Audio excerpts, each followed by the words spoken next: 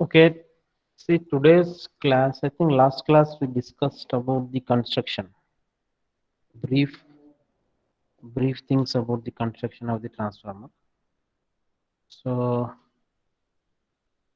today's class will discuss the working of means how exactly this transformer transfers energy from one side to other side.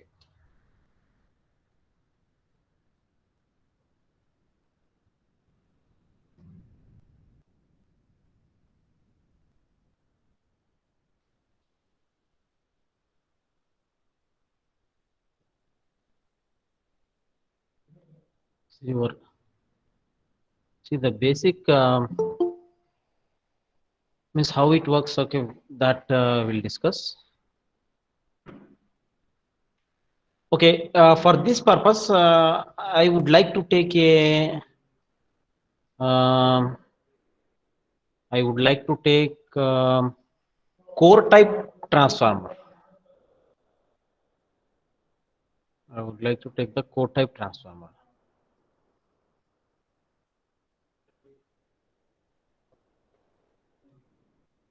Okay, and preferably, preferably, uh, I will take a core type transformer like this. So these are the four sides, and you have two limbs and two yoke things are there. Then, then I will have a winding something like this.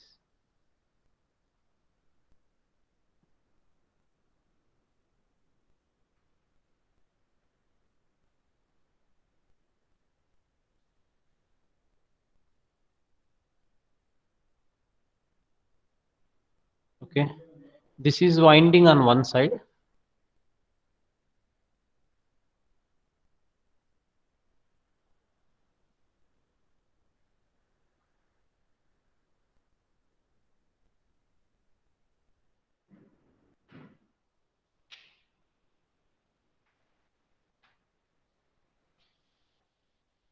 This is winding on another side. Okay, now let me take the number of tons on this side is N1, the number of tons on this side is N2.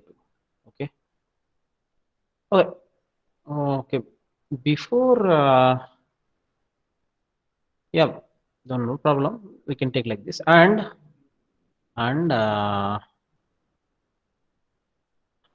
we will take this side, left side as primary, so that I will connect a source here. I connected a source here whose voltage is V1. Okay, whose voltage is V1. Okay, now we'll see what will happen now.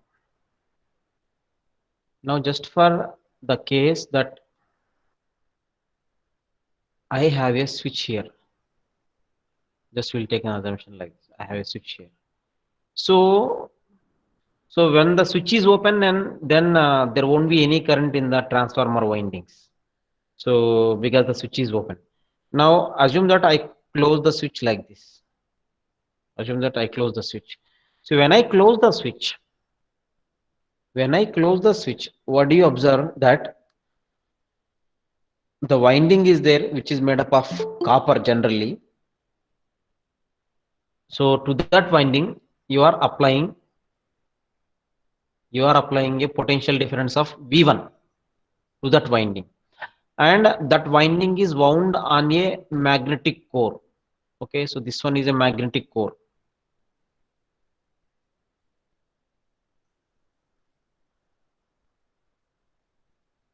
This orange color structure is the magnetic core. So I connect a voltage across the primary having a voltage of V1. Now I close the switch at certain instant. Then what will happen is that as soon as I close the switch, as soon as I close the switch, now the windings, primary windings n, having number of turns n1, okay, so they form a closed path with this voltage v1. So when they form a closed path with this voltage v1, you will we will observe that some current definitely will flow through this winding, because because this is a closed path and you are applying a potential difference. So as per the Ohm's law, so some current will flow through the winding. So when some current is flowing through the winding, okay, when some current is flowing through the winding, then what this winding does is that, so I hope everyone know this thing, that any current carrying conductor, okay, if it is carrying some current I, it generates a magnetic flux around that. It generates a magnetic flux around that. So the direction of magnetic flux will be known from this law, or this okay. So we will use this. We will use this picture to understand. We will use this picture to understand the direction of flux. So somewhere I will put here. This side I will put here. So using this one, using this law, using this one, okay, we can know what is the direction of the flux. So if you apply, okay, this is the direction of the current I, that is from left side to right side. Now you apply, so you align the thumb along the direction of the current, then the fingers that are wrapped here, okay, and if you observe, then there will be magnetic flux, okay, in the magnetic core. So you just apply that, then the magnetic, so it will be shown in the magnetic core, and that will be in the direction of,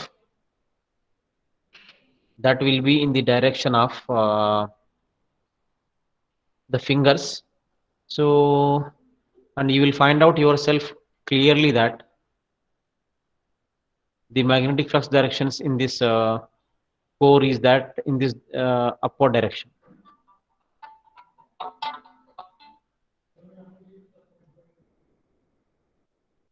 Okay, so okay, I will draw with some other color.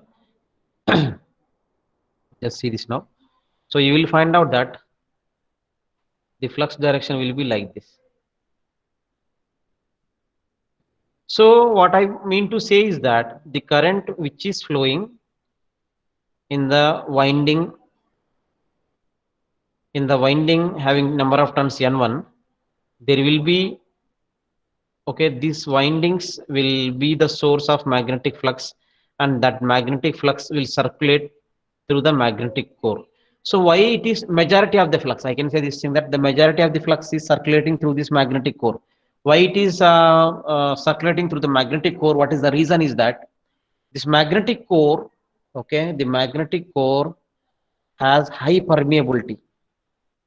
So when it has high permeability, okay, when it has high permeability, it means high permeability in the sense it is a good conductor of magnetic flux. Any material is having high permeability, it is a good conductor of magnetic flux.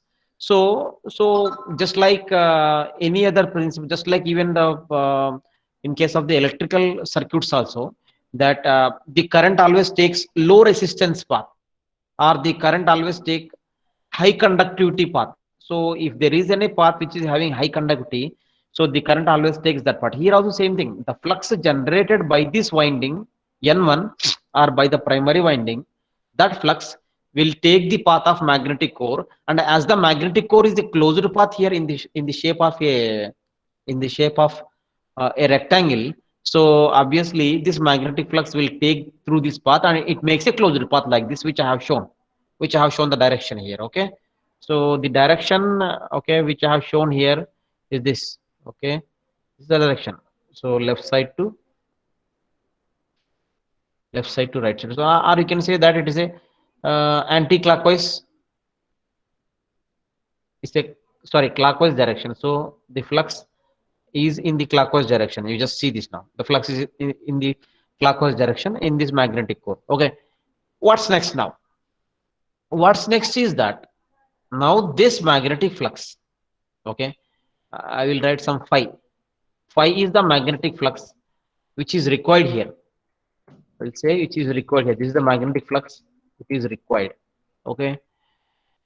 So when this magnetic flux is there, then we will say one important thing. What we will say is that so the magnetic flux is how much phi. This magnetic flux is because of current. How much because of current? Which current is I? Okay. Now in this state, we will say that the magnetic core is magnetized. What is meant by magnetized here is that see here magnetized in the sense. Okay, so something we can say that a very core. First thing that a very core, a very magnetic core. Okay, so I will just tell you the brief the structure of the magnetic core. So magnetic core in the sense the material. Let me take this side. This is the magnetic core here. So what you find out inside the magnetic core is that you will find out the magnetic domains. So some kind of some domains you will find out. Okay. So these are random. So you'll find out they are random, completely random like this. So these are the some kinds of domains you'll find. So every domain has a magnetic moment in a particular direction. Say this direction, so this direction. So it may have a direction like this. So when the magnetic domains are in random direction and in a different direction, what you find out is that that kind of magnetic core, okay, so it cannot it cannot allow the energy to transfer through that, or it cannot so it cannot allow the magnetic flux when the domains are in this direction. So for that purpose, what you have to do is that you have to magnetize the core first. You have to magnetize the core first. Okay, this word magnetize is there. So you have to so this magnetic core which I have drawn here, that is in the orange color, so inside that you will find out this kind of domains will be there. So these domains are in the random direction. So when there is a random direction, so what is your job is that first you bring all these magnetic domains in one direction. Okay, so then only it will allow the magnetic flux. Okay, in a good way. So I will say that then only you can allow that. Okay, so so for that purpose you need to magnetize the core. So it means. If you don't magnetize the core, then domains will be like this only. Okay, so when you do the magnetization, that is when you do the magnetization, so how the domains they become is that I will show you the domains here now. Okay,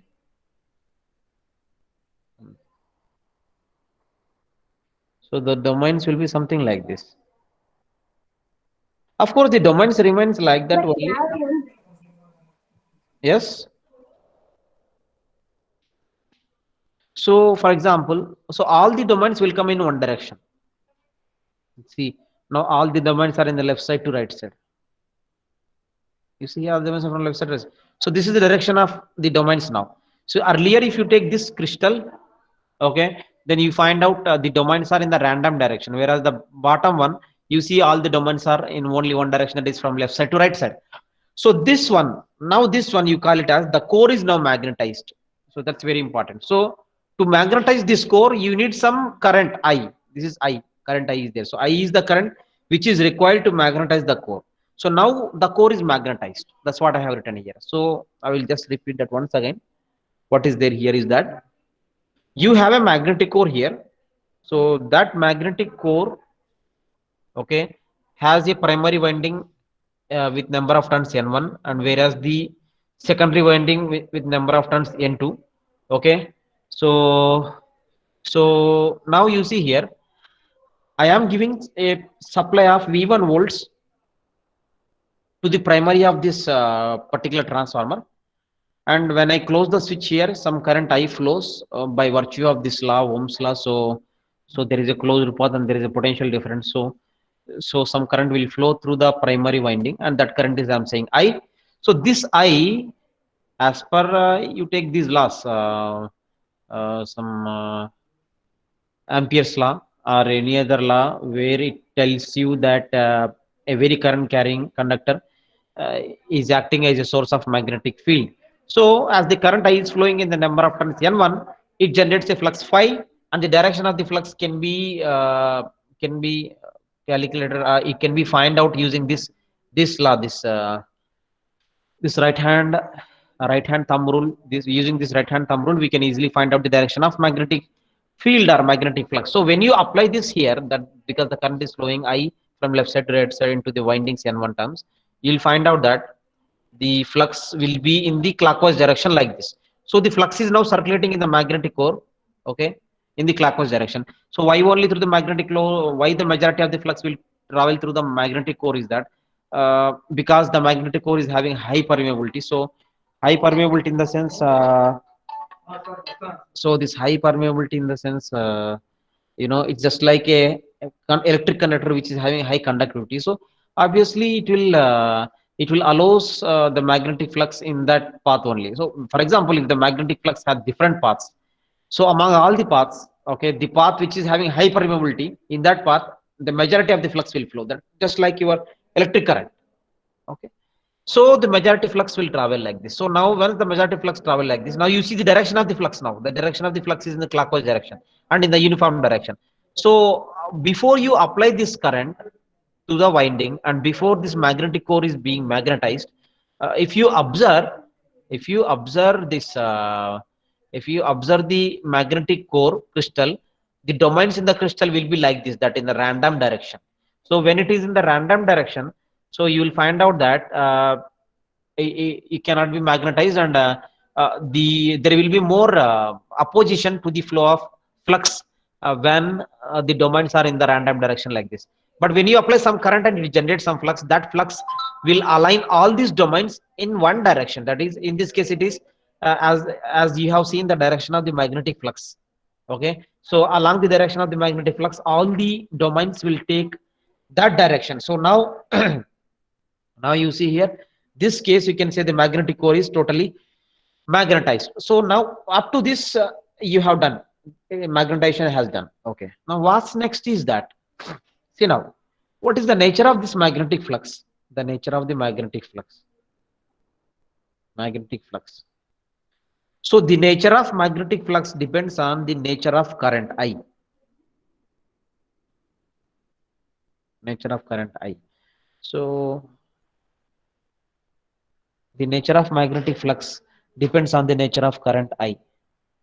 Okay, so now what will happen to the nature of current I? So how the current will be decided? Okay, so the flux is decided by the, so nature in the sense, the question is that whether this flux is constant or it's a variable one. That is the question, that is the question, and we are finding out the answer for that question. Okay, so the nature of the magnetic flux, that is either constant or variable.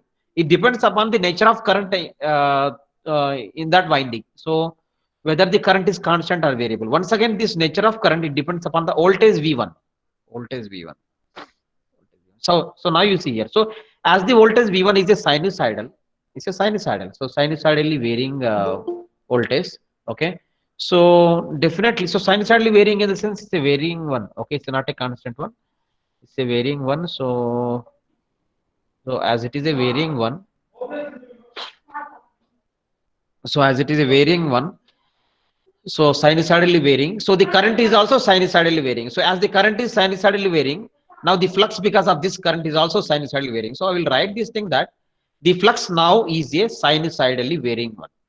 The flux now, nature of magnetic flux is sinusoidally varying. Okay, so a sinusoidally varying flux is flowing in the magnetic core. Okay, that is what you have observed. Now, because of this nature of this magnetic flux, which is sinusoidally varying, what do you find out is that that flux which is there in the magnetic core, and incidentally, where do you find out this N1 and N2 turns? N1 and N2 turns, that is N1 and N2 windings, or I can say primary and secondary windings. Primary and secondary windings. So both the windings are on this magnetic core. Both the windings are wound on this magnetic core. So when both the windings are wound on this magnetic core, what do you find out is that as the both the windings are winding on this magnetic core, and in that magnetic core there is a flux which is sinusoidally varying, we can say this thing that the sinusoidally varying flux, okay, the sinusoidally varying flux, I will write this side here. So sinusoidally varying flux, the sinusoidally varying flux will link both windings. Why it will link both windings? Because you see, in the magnetic core there is a magnetic flux which is varying sinusoidally. Now on the magnetic core you have two windings, N1 and N2.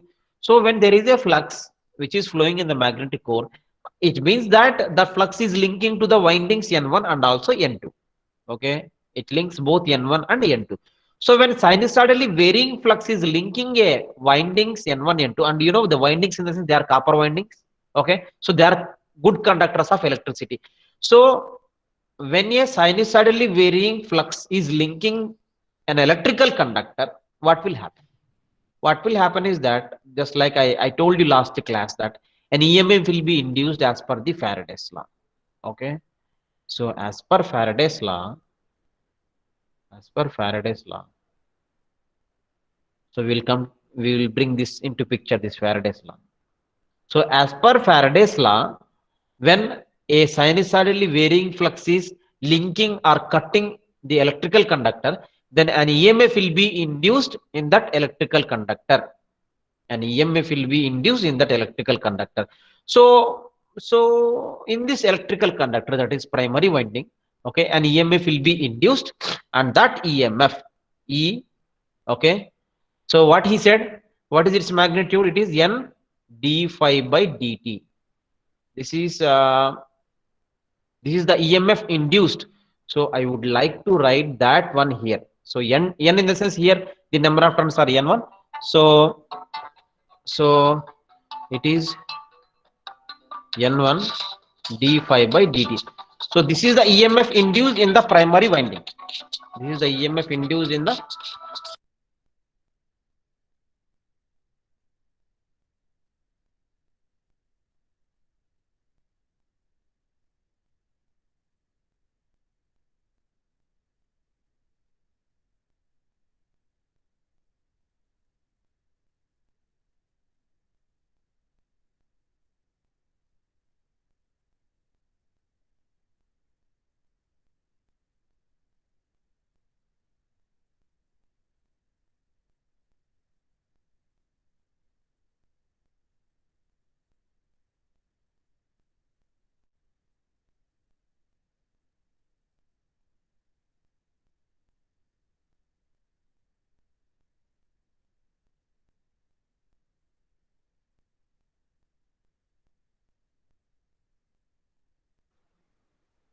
so now you see, so an EMF N1 d phi by dt will be induced in the primary windings because number of turns. Similarly, there is another EMF in secondary winding that is having a number of turns N2. So N2 d phi by dt. This you will find out. N2 d phi by dt will be there. Okay. So now these are the magnitudes of EMF that are induced in windings. For example, if you have third winding on the number on the which is wound on the magnetic core, which is having number of turns of N3, then the EMF induced in the third winding is N3 d phi by dt. Similarly, so as many number of windings are present in this magnetic flux path, in all the windings as per Faraday's law, EMF will be induced, and those values are N into d phi by dt. So So here in this particular case, we have only two windings, that is N1, N2. Okay, we have only two windings, N1, N2. So in both the windings, you will find out two currents. Okay, so two EMFs will be induced. Okay.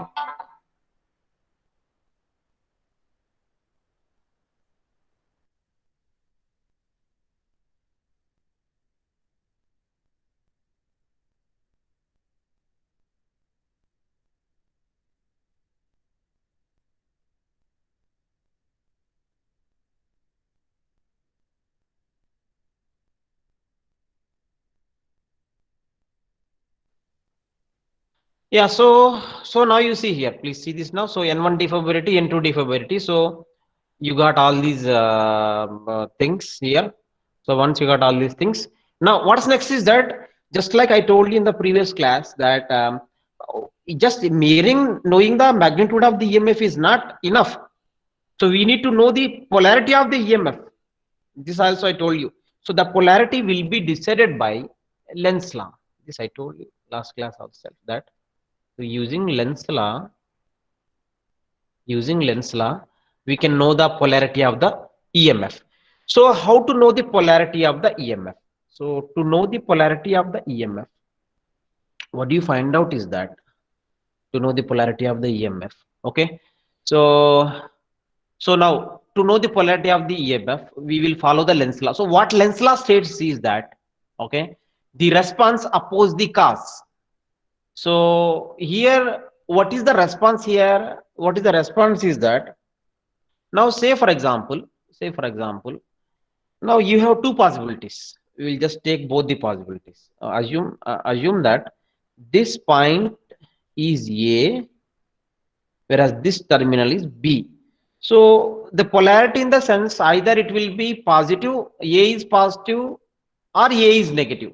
So obviously B is, so if A positive, B negative, that is one possibility, or A negative, B positive. So only these two possibilities are there. One, okay, the polarity of the EMF. So we will take one case. What is the case we will take is that, for example, I will take the case of this is negative, whereas this is positive. So A is negative, B is positive. Now that we'll check that whether this polarity is correct or not. So once you assume that this is the polarity, okay, this is the polarity, then what is the direction of the current with this polarity? This is A is negative, B is positive. In this is what is the direction of the current? Because this is an EMF, so it is in a EMF. Also, it is nothing but the potential difference. So if that potential difference has a polarity A here, negative, B negative, B positive, then what is the direction of the current? Is that obviously the direction of the current is, see, you know very well that when you have a battery like this, I will draw this symbol of the battery this side. When you have the battery like this, and you connect the resistor here like this side, okay, this side. So this is minus, this is plus. Top one is minus, bottom one is plus. So then what is the direction of the current in the resistor? The direction of the current in the resistor is in this way. So the EMF which is induced here, if the top one is negative, bottom one is positive, then the direction of the current is in this direction. The one which I have drawn here, please see this now. This is the direction of the current. Okay, so this is the direction of the current. Yes. So now you see now the direction of the current, this blue color current and the red color current. The red color current is okay, the current initially you got, okay, while magnetizing, and we call that current as magnetizing current. Anyhow, I will tell right now that I is the magnetizing current.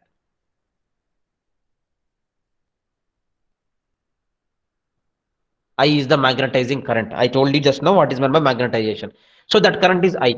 Now the current I will say, because of this EMF, which EMF now, in the primary EMF, that is N1 d phi by dt, and I am assuming the polarity of the EMF is A is negative, B is positive. With that polarity, what is the direction of the current? You will find out the direction of the current. You will find out that is in the blue color, and you find out that this blue color current and the red color current both are in the same direction. Both are in the same direction. So when both are in the same direction, then there will be more current, obviously, because you have two sources. One source is V1, the other source is EMF N d phi by dt. So because of source V1, you find out the current direction is from left side to right side. Because of the EMF N1 d phi by dt, the direction of the current is also from left side to right side, so the total current will be more. If the total current is more, then the flux developed is also more. Okay, so but that is against Lenz law. Then what Lenz law states? The Lenz law states is that the response opposes the cause. So who is the cause here? The cause here is that the current which is flowing I is the cause for this flux. Okay, so the current which is produced because of this EMF, that is N1 d phi by dt, that current should oppose the main current. But if you take A as negative and B as positive, you find out that the current is flowing in the same direction of the magnetizing current, so which is against Lenz law. So Lenz law states that both the current will be in the opposite direction. Both the current will be in the opposite direction. So or we can say that because of the second current, the flux should decrease. But you see, because of the second current, the flux will increase further. That is against Lenz law. So Lenz law states that response opposes the cause. So the our assumption that A is positive, B is negative, that polarity is wrong. So if that polarity is wrong, then what is the correct polarity of the EMF here? The correct polarity of the EMF here is that A is positive. Okay, so the correct polarity here is that A is positive, B is negative. So this is the correct polarity. So A is positive, B is negative. So if A is positive, B is negative, then what is the direction of the current in that case? The direction of the current gets up, reverse. The direction of the current because of this EMF will get reverse. So I will draw the current which is in the opposite direction. So now you see. So now you see very well that so both the currents are in the opposite direction. So when both the currents are in the opposite direction, obviously the total magnetic the resultant magnetic current will be lesser, so the magnetic flux will decrease. So that is satisfying the Lenz law. That is satisfying the Lenz law. Now similarly, okay, so similarly we will take the case of so we'll take the case of the secondary winding. So secondary winding, okay, secondary winding has some EMF. How much EMF now it is connected? N2 d phi by dt. So as N2 d phi by dt is connected, now what is the polarity of this N2 d phi by dt? Also we will examine. So to examine this polarity, first of all, the load, or you will say the load here. Okay, so the load here should be connected. So as of now, the load is not connected here. You see now the secondary windings are kept open. Now I will connect the load. So unless we connect the load, okay, unless we connect the load, we will not get the clear picture here, sir. So now I am connecting the load here. So now I'm connecting the load here. So uh, let me fill with this some other color. Okay. So now I'm connecting the load here. So this is the load. So this blue color is the load. Okay, this is the load here. Okay. Now this is the load. So now I connected the load. So when I connect the load and having some EMF N2 d phi by dt across those terminals, we are connecting the load here. Then what do you expect when I connect the load here? Obviously some current will flow. Definitely some current will flow into the load because this is a closed path. So now what is the direction of the current? Once again, same situation. That what is the direction of the current? The direction of the current here, okay, so will be decided by the Lenz law once again. So then, okay, I will take this point as C, okay, this point as C, whereas this point as D. So then what is the possibility now? So one possibility is that C is negative, D is positive. Other possibility is that C is positive, D is negative. Now let me take first case, that is C is negative and D is positive. So then we will see whether this polarity is correct or not. Okay, whether it is satisfying the Lenz law or not. So now you see here, as this is plus and this is minus, this is direction of the current. We can easily understand that this is the direction of the current. So when this is the direction of the current, what do you find out is that that current will flow, definitely it will flow, okay, through the windings. So where are the windings here? So this is the current in the windings. So this is the current in the windings. Which winding? Secondary winding. So now it creates So now how much current it flows? The current it flows depends on the current it flows. Okay. So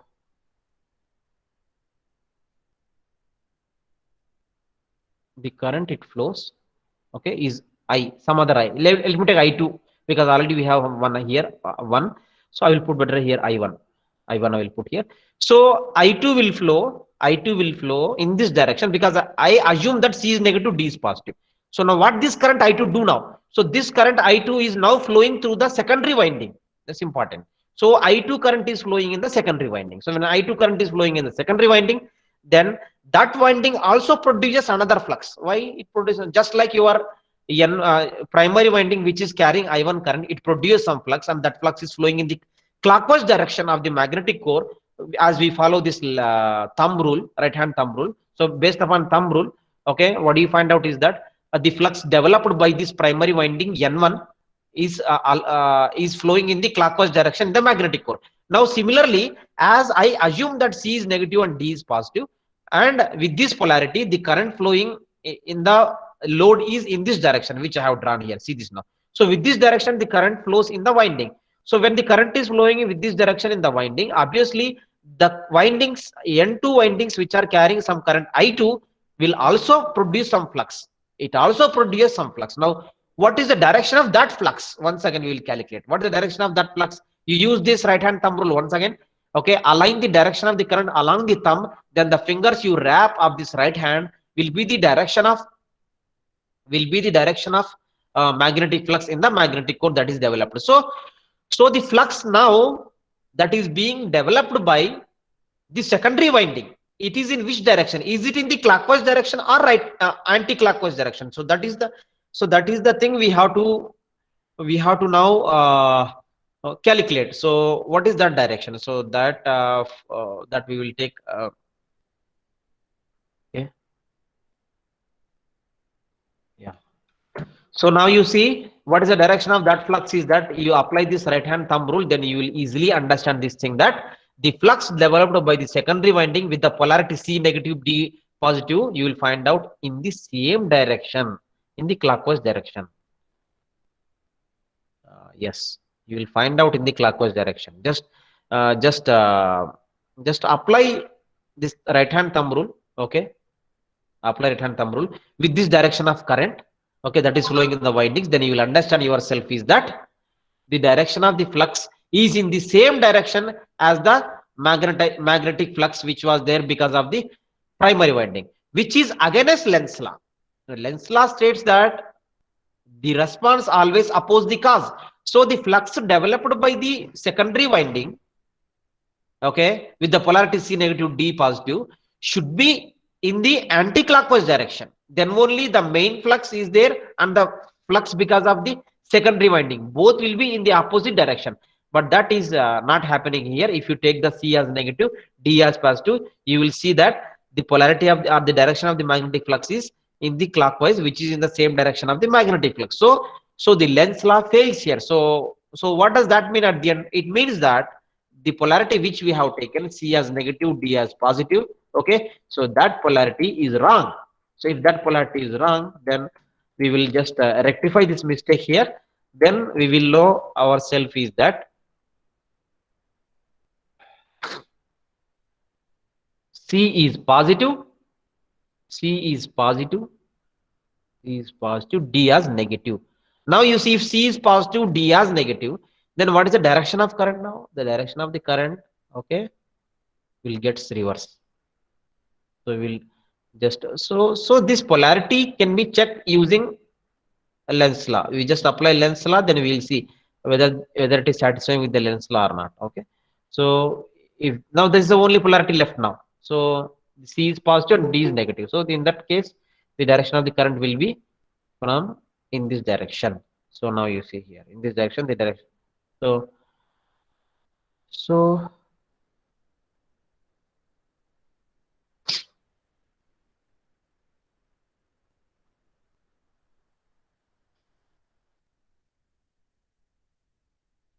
okay. So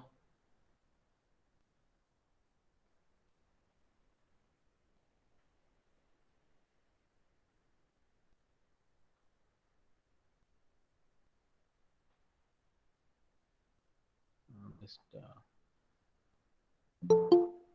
okay.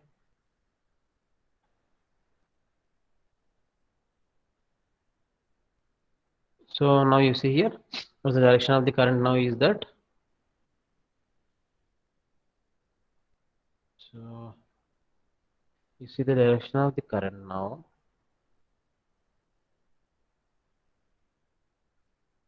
Yeah, I'm just adding that here. So the direction of the current, this is the direction of the current. Okay. So this is like the direction of the current in the winding. So if, with this direction, what is the flux developed? What is the flux developed in this direction?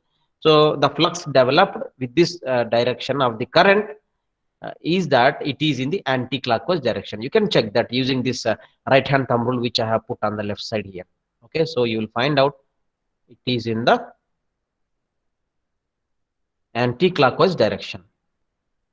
So if it is anti-clockwise direction, whereas the main flux in the clockwise direction, both are now in the opposite direction. So when both are in the opposite direction, then the Lenz's law satisfied. So this direction of magnetic flux is now correct. Okay. Now what's next now? What's next is now you have seen that there are two fluxes in the magnetic core now. One is because of the primary winding, the other is because of the secondary winding. So what is the primary winding flux that is in the clockwise direction? The primary winding flux is in the clockwise direction. Okay. Whereas the secondary winding flux is in the anti-clockwise direction. So two fluxes in the opposite direction. So when two fluxes before the secondary winding, when there was no load connected to the secondary winding, there was only one flux in the magnetic core.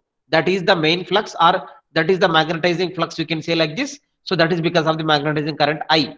So now when you as you join the load here, you will find out because of this load, okay, there will be current in the secondary winding. So when there was no load, there was no current in the secondary winding. It's important. So now you current the load here, so there will be current in the load, so there will be current in the secondary winding, so there will be secondary flux, there will be second flux, and that second flux is opposite to the main flux.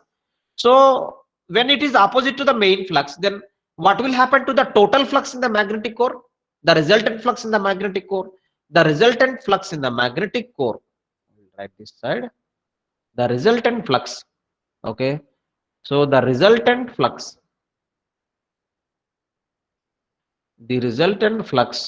in core, the resultant flux in core will decrease.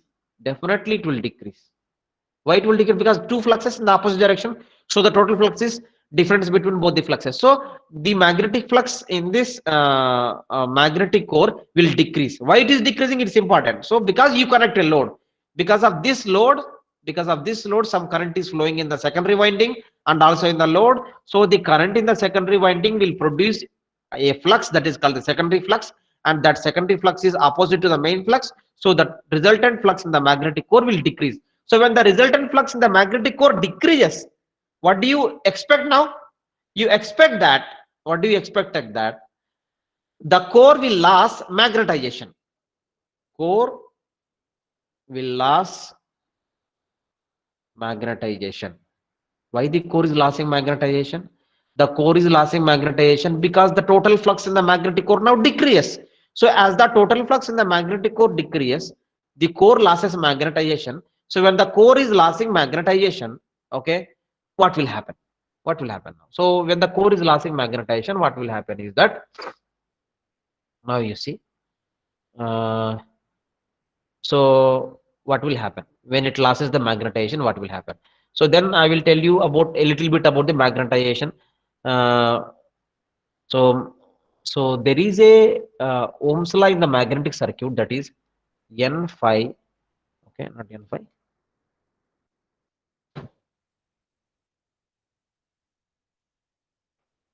MMF is equal to flux multiply with reluctance.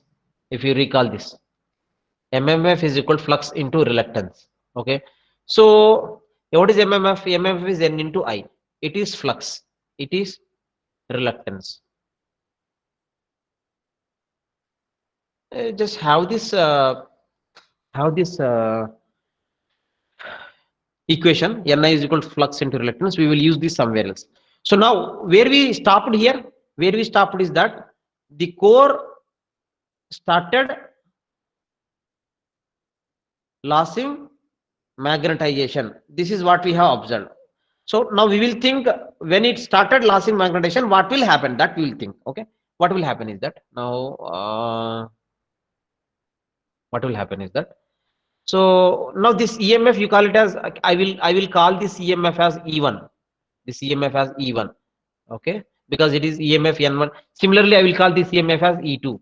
So E1 is the EMF here, whereas E2 is the EMF here. So if you recall the previous class that when phi is equal to phi m sine omega t, when phi is equal to phi m sine omega t, what is the EMF induced that we have derived last class?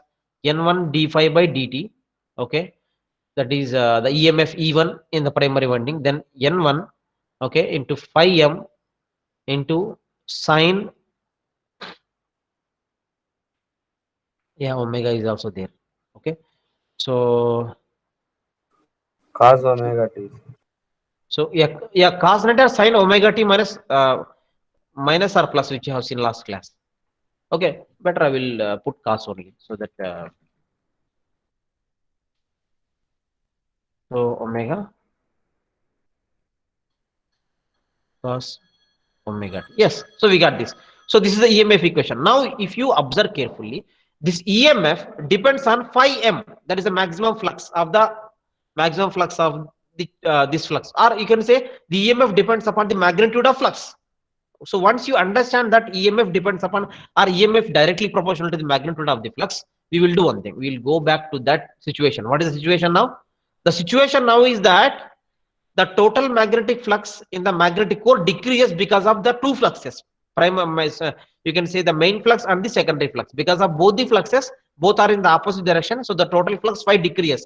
If the total flux phi decreases, its phi m also decreases. It means your magnitude phi decreases in the sense what? Phi m also decreases. So phi m decreases. If phi m decreases, E1 also decreases. This is what you have to understand. Not only EM, E2 is also there. N2 d phi by dt. So N2 d phi by dt. So it is N2 phi m omega cos omega t. So E2 also decreases. So E1, E2 both will have to decrease now.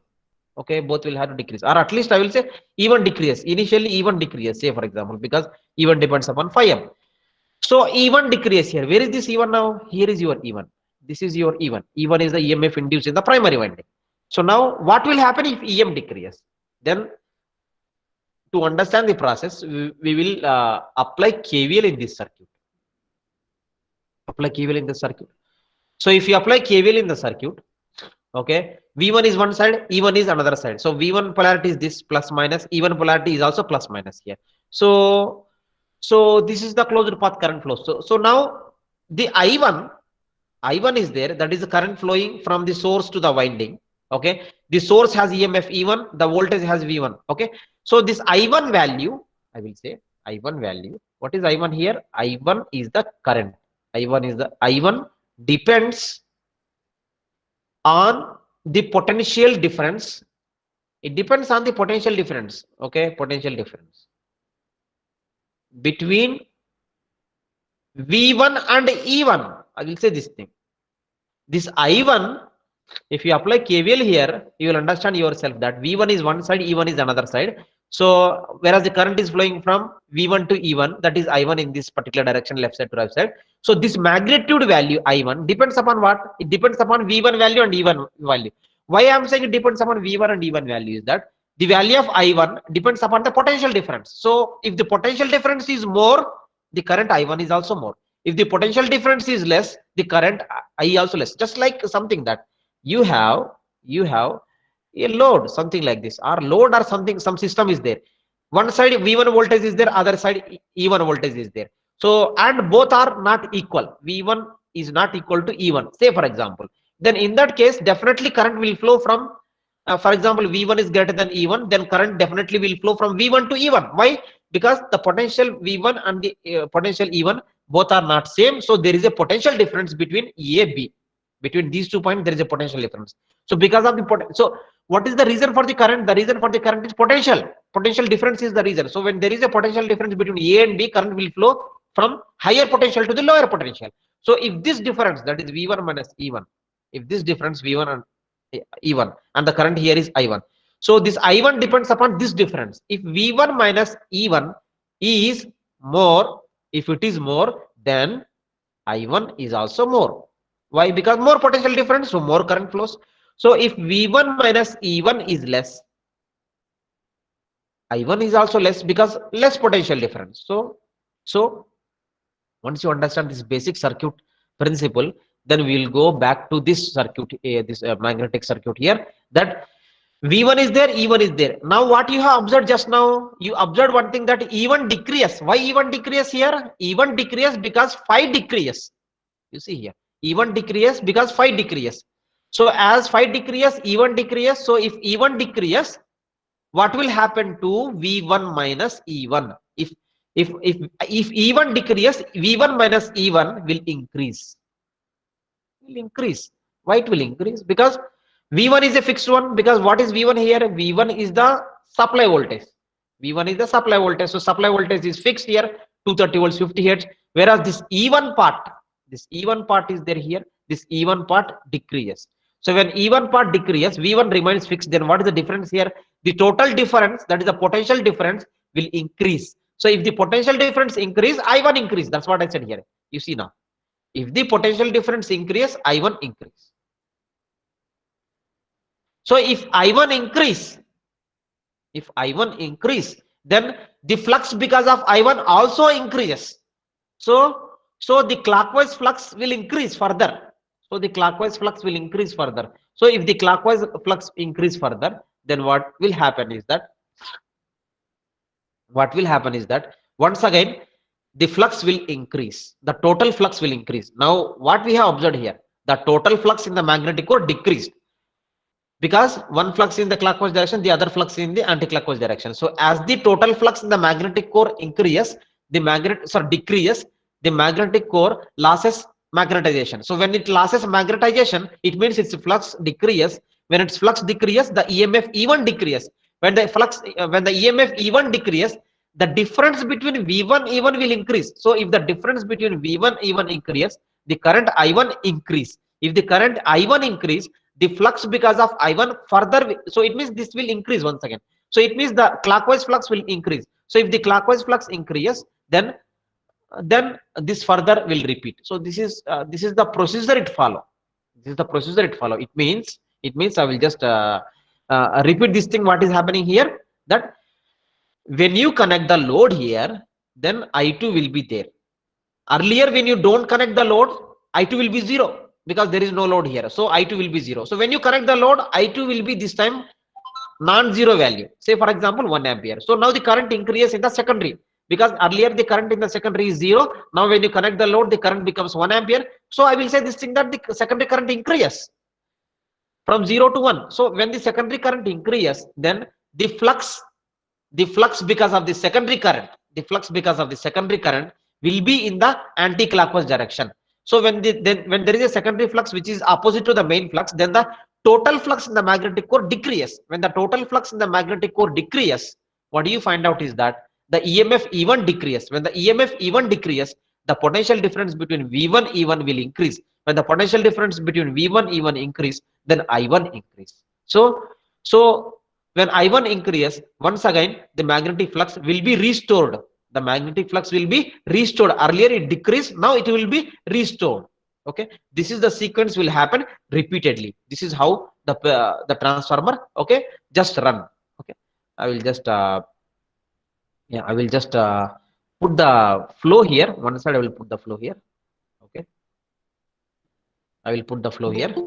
See here, what happens here is that it is just a cycle, complete cycle. I will write the cycle here. Okay, so what the cycle is that I2 increases. First step, I2 increases. Okay, why I2 increases? Because you connect the load. Earlier there was no load, so I2 is 0. Now when you connect the load, I2 is there, so I2 increases. When I2 increases, what's the next thing will happen? Secondary flux due to I1, sorry, due to I2, I'm sorry. Secondary flux due to I2 will be increased. because you are increasing I2, so its flux also increased. Okay, and in anti-clockwise direction, or I will write in which direction? I will say in direction, in opposite direction, in opposite direction to the main flux. So when I2 increases, secondary flux due to I2 will be increased, and in opposite direction to the main flux. Okay, then what is the resultant flux? Resultant flux in core decreased because both are opposite direction. So what is the next step will happen? Now this is a sequence. In this sequence only everything will happen. Okay, so now you see the fourth step is that what will happen in the fourth step when the resultant flux in the core decreases? E1 decreases. Why E1 decreases? Because E1 depends upon phi. So E1 decreases. When E1 decreases, okay. So when E1 decreases, V1 minus E1 increased. When V1 minus E1 increased, then the sixth step is, what is sixth step? I1 increase. I1 increase. So when I1 increase, what is the second step? What is the seventh step? See, E1 decrease. V1 minus E1 increase. When V1 minus increase, because of this potential difference, because of the increment in this potential difference, its current. What is its current? Its current is I1. So I1 increase. When I1 increase, the main flux due to I1 will increase. So when I1 increases, the main flux due to I1 will increase. So when main flux will increase, then what is the next thing happen? Okay, resultant flux will be restored. See, in the third step, resultant flux decreases. Now the resultant flux will be restored. That's it. So there it ends. There it stops. So once again, we'll go to the first step, that if you increase the current further, how do you increase the current further? You decrease the load resistance to very small value. Then I2 will increase. Okay.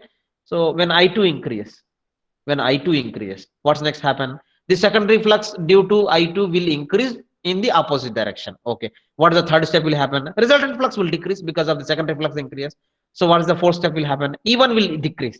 What is the fifth step will happen now? As E1 decrease, the potential difference V1 minus E1 increase. If V1 minus E1 increase, I1 increase. So if I1 increase, the main flux due to I1 will increase. If the main flux increase, then its resultant flux in the magnetic core now increases.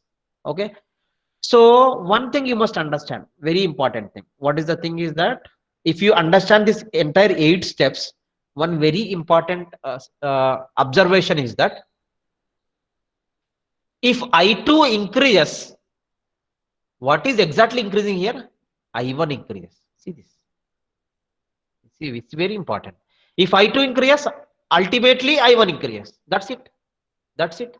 Okay, so it means what is happening here now? What is I2? I2 is the load current. What is I1? I1 is the source current. Or what is I2? I2 is the secondary current. I will write here secondary current. What is I1? I1 is the primary current. So primary side, who is there on the primary side? Source is there. Who is there on the secondary side? Load is there. So when load is taking more current, it means you connect for example, you connect more number of lamps here, more number of fans here, more number of, okay, any load you connect on the secondary side, you increase the loading on the secondary side. When you increase the loading on the secondary side, it means you are increasing I2. When you increase I2, what is happening here? I1 increases. This is what is happening here. That is the sequence it is happening. I1 so when you increase I2, I1 increases. So it means if someone is taking energy on the load side, it means you connect more number of fans, you connect more number of lamps. It means if someone is there taking more and more energy, who is supplying this more and more energy? I1. I1 is coming from where? Source. So it means the energy The energy the load is taking, it is coming from the source indirectly.